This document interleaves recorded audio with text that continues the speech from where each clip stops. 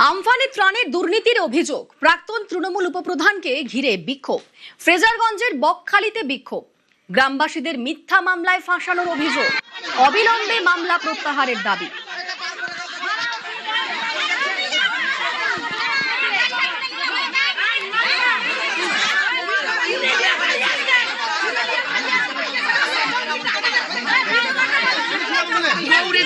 আমি অন ক্যামেরাতে বলছি, এই দাঁড়াও, অন ক্যামেরা, আরে আমি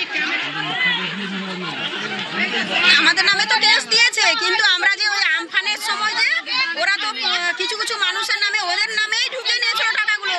তো আমরা জানতে পেরে আমাদের গরিব দুঃখীরা, আমাদেরকে তো কেউ টাকা পয়সা দেয়নি কিছু না, কিন্তু ক্ষতিগ্রস্ত হয়েছে আমাদের।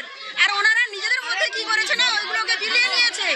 আর আমরা প্রতিবাদ জানাতে গিয়ে আমরা ওদের হাত থেকে মারধর খেয়েছি। পঞ্চায়েতে বিক্ষোভ জানাতে গিয়ে কি আপনাদের নামে কেস হয়েছিল? হ্যাঁ, আমাদের নামে কেস হয়েছে এবং মারধরও করেছে আমাদেরকে। কারা করেছে এটা? ওই তৃণমূলের লোকেরা আমাদের নামে কেস দিয়েছে এবং ওই কেসের জন্য আমাদেরকে লুকিয়ে লুকিয়ে থাকতে হয়েছে।